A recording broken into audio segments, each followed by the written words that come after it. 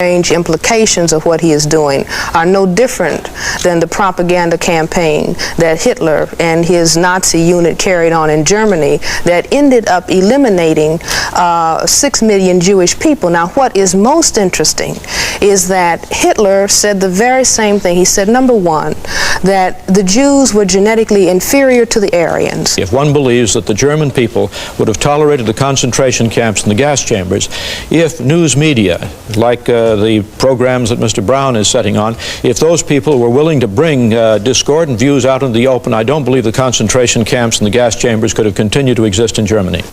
What's up, beautiful people? It's your boy, Evans Raiola. Guys, kindly do consider subscribing to my channel for amazing black stories in America. So guys, on today's video, there's this debate that happened in 1974 of Dr. Welsing and Dr. Shockley.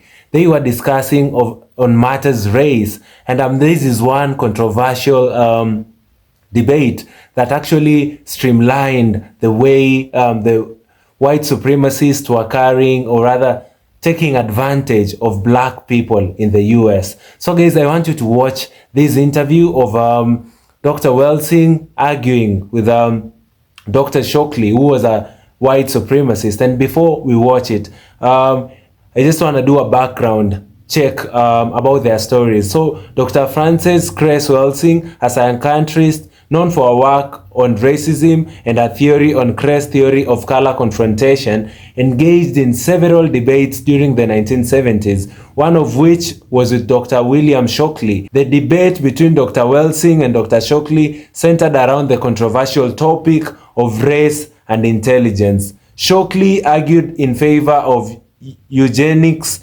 promoting the idea that there were inherent differences in intelligence between races, a view widely discredited and considered racist. Dr. Welsing, on the other hand, countered the arguments by discussing the socio-political factors, including racial disparities, and advocating for deeper understanding of systematic racism. Their debate became a significant moment in discussions on race, highlighting the stark contrast between racism and the emerging discourse on systematic racism and its psychological impacts. So guys, I want you to watch this video of this debate, then we will stop it and give a critical analysis of the same. Let's watch it, guys. Back in the 70s, a man named Dr. William Shockley, a noted scientist, embarked upon the mission of proving to the world that black people are genetically inferior, without, I might add, the benefit of any formal background in genetics. He became front-page news and won headlines with his controversial views. On campus after campus, unrest followed his every visit. My position then and now is that if a supremacist cannot be rationally debated, perhaps he has a point. After the debate you're now going to see, Dr. Shockley went back into oblivion. I don't claim that the 1973 interview did it alone, but I am of the opinion that it helped. I'm Tony Brown. In a moment, racial superiority with Dr. William Shockley. We have two very prominent educators, scholars on Black Journal tonight, and we feel that it is important to defend the First Amendment rights of all Americans. Dr. William Shockley, one of our guests, has had quite a difficult time speaking at some universities, and particularly some black college students do not agree with his theories. On Black Journal, we feel that Dr. Shockley's rights in the First Amendment area are parallel to black people's rights. That is, that Dr. Shockley must have a platform for his views if black people are to have a platform for their views.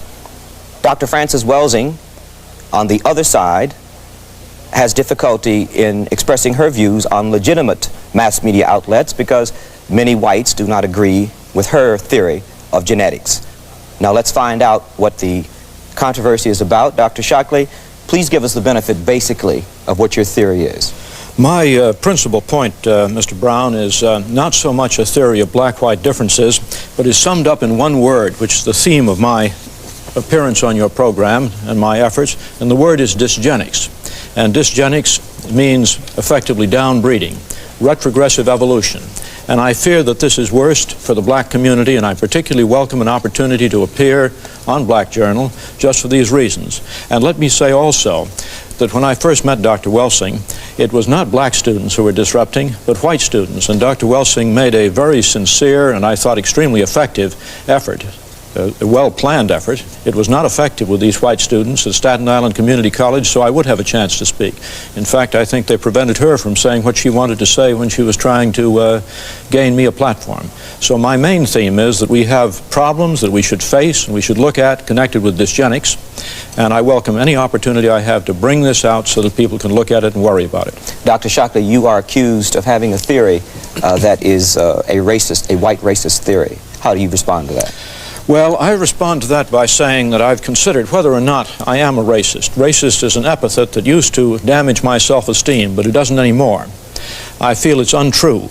If you look in the dictionary as to what racist means, it means emotional feelings, irrational feelings associated with fear and hate. If I really had those, I don't think I would be here this evening. I feel that what I'm engaged in is a demand for diagnosis, and I'd like to say some more about this chart, which we'll come to probably later, which shows the disproportionate rates of reproduction for the least effective elements of the black community. I'd like to say more about that than we should in just this brief introduction. But I think there is another word that better describes what I'm involved in, and that word is raceology, which means a scientific analysis of racial differences. And basically I have a faith that reason is a good thing, and I feel as you do about the First Amendment, but maybe with a slightly different emphasis. I think the really important thing about the First Amendment is it is a way of guaranteeing a high likelihood that truth will emerge as a result of conflicting ideas being expressed, and I have a thesis and a basic belief that truth is a good thing and will be of benefit to man. Thank you. Dr. Frances Welsing, give us the benefit of your theory, please. Well, my theory was, I wrote the paper in 1969. I wrote a paper called The Crest Theory of Color Confrontation and Racism. And the sole reason behind writing that paper was an attempt to understand the behavior of white people in relationship to all people of color, every place in the world, black, brown, red, and yellow people. And the paper was presented to the Americans at the National Medical Association, the section on psychiatry in neurology, because back in 1969, the Black Caucus in the American Psychiatric Association, we had said that racism, and when we talk about racism, we're talking about the white supremacy behavior of white people. That racism was the #1 mental health problem in the nation, and it was the #1 cause of other mental health problems. And I wanted to understand what this thing of racism really is all about, because it's the thing that has caused woe and misery and suffering for the vast majority of the people on this planet that are classified as non-white.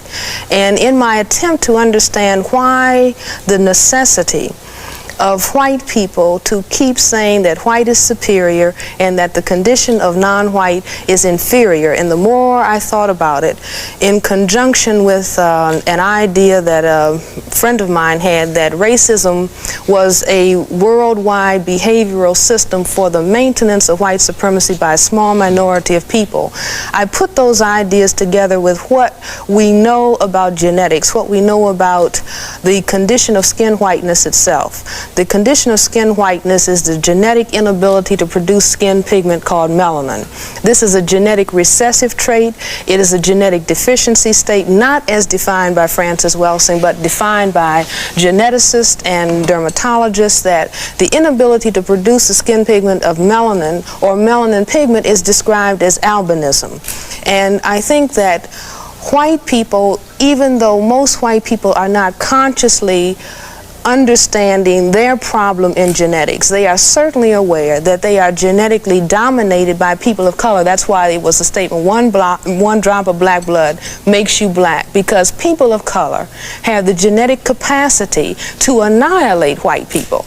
And so unless white people control the reproductivity of people of color, then we can postulate that perhaps one day there won't be any white people. And I think that the very survival of white people necessitates that they project genetic inferiority on people of color because it is they who really are aware that they are genetic recessive and perhaps genetically inferior to people of color. And I am not saying this to call the condition of skin whiteness to say, well, no, white people are inferior. I'm not saying it for that purpose, but I think that it is of prime importance for the majority of people in the world to understand why it is that white people have to, the effective majority, large numbers of white people, have to move in a hostile and an aggressive way against people of color and have to constantly focus on it's you who's genetically inferior because they realize that there's something wrong with their genetic status. Now, may I take a call? Oh, sure, all right. please. Let me, so that,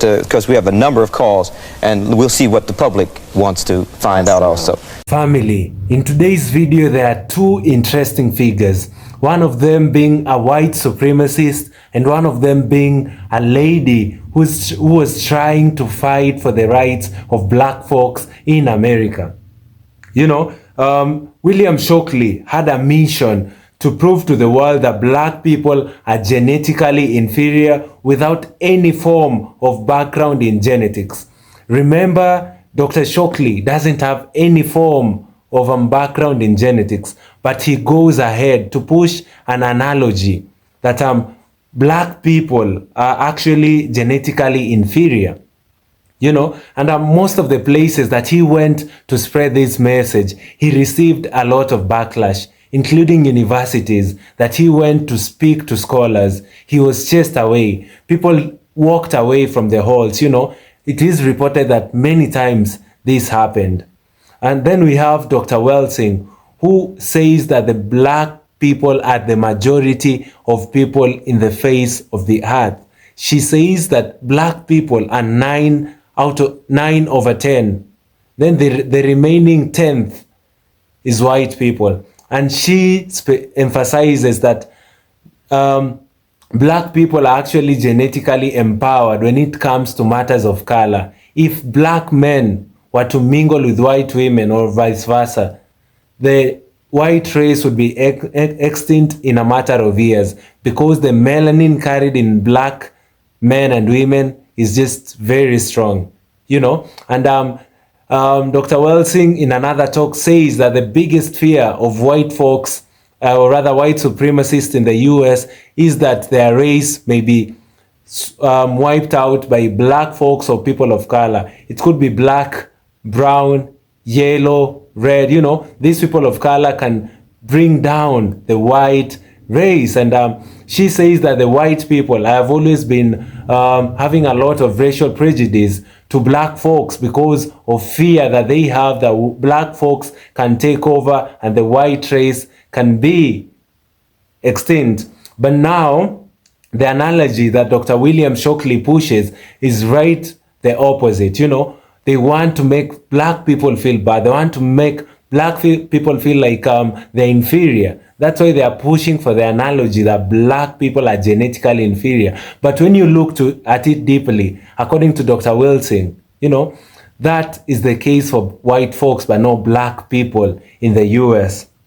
Dr. Welsing theory. Now that was William Shockley's theory. The theory that he believes that black people are genetically inferior, you know, and I told you that he's been receiving a lot of backlash in places that he's gone to speak to people. Then now let us talk about Dr. Welsing's theory. She says, and she starts by saying, racism was the #1 mental health issue in the Americas. The #1 mental health problem in the US has always been racism amongst people of color. People are depressed because of the forms of racist abuse that they get from white supremacists. People are not sane mentally because of the racial abuses. This was just an introduction as to why she came up with a theory that she's pushing, that black people are actually genetically superior, you know. She wanted to understand what this racism is. The first thing that Dr. Welsing discovered is that black people were languishing with depression, mental health issues. Then now she wanted to understand what this racism is. She wanted to understand why white people saw white as superior and non-white inferior. She wanted to investigate and get to understand why are these people always pushing that anyone who's non-white is inferior in the US. Why do they always constantly keep just saying this, keep making people of color feel less, you know? Then she says whites project genetic inferiority on people of color because they are aware that they are genetically recessive and perhaps inferior genetically to the people of color. You know, just like I mentioned when I started speaking, the white people project their genetic inferiority on people of color because they are aware that they're genetically recessive. They know what the pigments of melanin can do. They know if we had to interact with them, if we had to intermarry, they were fearing that the white race could slowly disappear. Perhaps one day there may be no white people. That's how strong it is when it comes to matters genetics. That's why the likes of Dr. William Shockley have been pushing for a different analogy. They want to lie to black people. I really loved this interview because I had to hear from both sides, you know, why Dr. Shockley is pushing for his analogy and why Dr. Welsing is also trying to defend black people. We all know that black people have been going through a lot in the US. People have been trying, there have been speakers who've tried to empower black people, but there isn't been change till now. We talk about people like Dr. Welsing. We talk about people like Dr. Fred Price. We talk about people like Cloud Anderson. Then there's this lady who's also known as something Anderson. I forgot her name. They are pushing. They are really pushing for black people to know their history. They are pushing for black people to know their worth. They are pushing for black people to stand still when they are racially abused, when they are told that they are not important, when they are told that there is nothing good that can come from them.